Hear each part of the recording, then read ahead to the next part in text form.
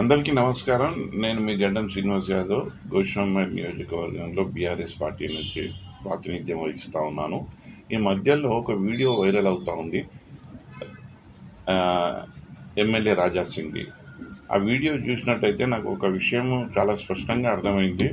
ఏంటంటే రాజా సింగ్ పూర్తిగా రాజకీయాన్ని అర్థం చేసుకున్నాడు, పూర్తిగా భయాందోళనతోని ఉన్నాడు. ఆయన ఏమంటాడంటే, ఒక విలేకరు అతను అడిగిన, రాజా సింగ్ గారు మీరు బీజేపీ పార్టీ నుంచి ఎమ్మెల్యే అయ్యారు కదా, బీజేపీ పార్టీ మిమ్మల్ని బహిష్కరించింది కదా, మరి బీజేపీ పార్టీ ఇచ్చిన పదవిని, ఎమ్మెల్యే పదవిని ఎందుకు అంటిపెట్టుకొని ఉన్నారు అని అంటే, ఎందుకు ఉండొద్దు, ఇది నా ఇష్టం, నేను రిజైన్ చెయ్యా, అక్కడ కిషన్ రెడ్డిని ఎంపీకి రిజైన్ చేయమని, ఇక్కడ నేను రిజైన్ చేస్తా, ఇద్దరం పోటీకి పోదామని. రాజా సింగ్ అందు గురించి ఎక్కువగా ఊహించుకున్నాను. నీకు బీజేపీ పార్టీ హిందుత్వ కాషాయ జెండాతో గెలిచినావు కానీ ఏది మతతత్వ రాజకీయాలతో గెలిచినావు అన్న విషయం నీకు అర్థమైపోయింది. ఎందుకంటే బీజేపీ పార్టీ మతతత్వాన్ని ప్రోత్సహిస్తుంది, దాన్ని అందిపుచ్చుకొని ఇవాళ రాజా సింగ్ ఇక్కడ గోషాంబేడ్లో మంచిగా ఆ యొక్క సుడో హిందుత్వాన్ని ప్రకటించిండు. ఆ రకంగా 2-3 పర్యాలు గెలిచిండు.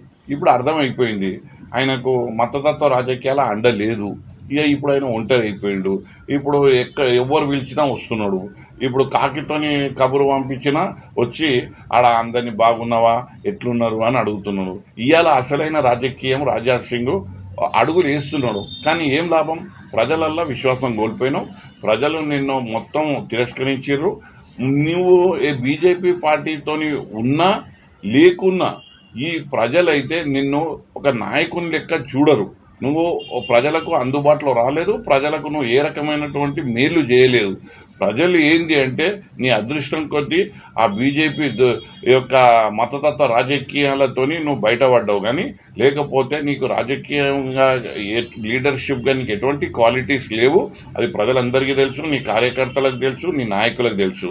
కానీ నీ ఎంబడి అలా ఎవ్వరు లేరు. నేను ఒకటే చెప్తున్నా, రాజా సింగ్ దమ్ము ఉంటే, ధైర్యం ఉంటే నువ్వు అందరితో అనిపించుకుంటావు కదా, చెప్పించుకుంటావు కదా నేను హిందూ సామ్రాట్ అని. నిజంగా నువ్వు హిందూ సామ్రాట్ అయితే ఆ ఒక్క వర్డ్ మీదనే నువ్వు మళ్ళీ గెలిచొస్తావు.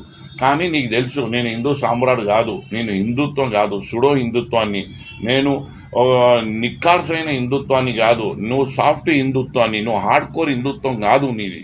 సో ఇవాళ ప్రజలందరూ తెలుసుకున్నారు. కాబట్టి నీకు నిజంగా ధైర్యం ఉంటే, నీ వ్యక్తిగతంగానే నేను గెలిచిన అనుకుంటే రిజైన్ చేయి పోయి, రిజైన్ చేసి మళ్ళీ నువ్వు ప్రజాక్షేత్రానికి వెళ్ళు, ప్రజల దగ్గరికి వెళ్ళు.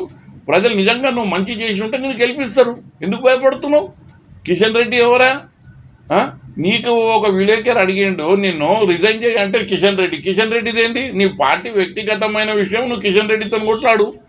ఇక్కడ ప్రజలకు నువ్వు బీజేపీ పార్టీ బీఫామ్లో గెలిచినావు, ఇవాళ నువ్వు ఒక్కనివి ఇండిపెండెంట్గా ఉంటున్నావు. ఇలా ప్రజలకు నువ్వు నీ గన్మెన్లను తీసేసిర్రు. నువ్వు ఏంది అంటే నీ ప్రోటోకాల్స్ అన్నీ పోయినాయి. నువ్వు ప్రజలకు ఏ రకంగా ఉపయోగపడతావు? నువ్వు ప్రజలకు నీ ఇప్పుడు ఎమ్మెల్యే లెటర్ హెడ్ పోతే ఎవరు లెక్క కూడా చేస్తలేరు, డస్ట్బిన్లు వేస్తున్నారు నిన్ను. ఇక ప్రజలు నిన్ను నమ్ముకొని ఓట్లు వేసిన వాళ్ళు ఏం కావాలి? అందుగురించే నేను ఏమంటున్నా అంటే, నీ ఏ పార్టీ నిన్ను తీసుకోదు. ఇదైతే నువ్వు ఏ పార్టీలో డైజెస్ట్ కావు. నీ వ్యక్తిత్వం ఒకటి ఏంటంటే నువ్వు ఒక పెద్ద హీరో అనుకుంటావు. బాబు నీకు తెలియదు రాజా సింగ్, నువ్వు చెంబల్కా డాకు. నువ్వు ఎంతమందితో డబ్బులు ఈడ ఇండ్లు కట్టేటోళ్ళతో నువ్వు వసూలు చేయలే? నీ కార్పొరేటర్లు ఎంతమందితో నువ్వు వసూలు చేపియలే? నేనేం చెప్తున్నా అంటే ఇవాళ మొత్తము అవినీతిమయం అయిపోయింది గోషాంబేడ్. ఎందుకనంటే బీజేపీ పార్టీకి పెద్ద మచ్చ అంటే గోషాంబేడ్లోనే. ఎందుకంటే నేను బీజేపీ పార్టీ వాళ్ళను ఒకసారి వచ్చి చూడమంటున్నా, ఈ గోషాంబేడ్లో ఎంత అవినీతి ఉంటుందో. కార్పొరేటర్ల నుంచి ఎమ్మెల్యే వరకు అందినంతా దోసుకోవడమే ఇలా పని, అంతే. వీళ్ళు ఇన్ని సంవత్సరాల నుండి ఏం ఒరగబెట్టిరంటే ఏం లేదు. వీళ్ళు మంచిగా బంగ్లాలు కట్టుకున్నారు, మిద్దలు కట్టుకున్నారు, వీళ్ళ పిల్లల పెళ్లిలు వైభవంగా చేసుకున్నారు. అదే సంపాదించారు. కానీ ప్రజలకు మాత్రం ఒరగబెట్టింది ఏం లేదు. నేను రాజా సింగ్ విషయానికి వస్తే ఒకటే చెప్తున్నాను, నీకు దమ్ము ధైర్యం ఉంటే నువ్వు రాజకీయ నాయకుని అని ఇన్ని రోజులు విర్రవీగినావు కదా, నేను ఎక్కడ పోతే 100 మంది 1000 మంది వస్తారని. మరి అదే ధైర్యంతో నువ్వు ప్రజాక్షేత్రంలో నువ్వు ప్రజాక్షేత్రంలో నువ్వు పోతే నీకు ప్రజల యొక్క విశ్వాసం నీ పైన ఎంత ఉందో నీకు తెలిసి వస్తుంది. నీకు కూడా తెలుసు నేను మళ్ళీ గెలవా, నాకు డిపాజిట్ కూడా రాదని కూడా నాకు మీకు తెలుసు, ప్రజలకు తెలుసు, అతనికి కూడా తెలుసు.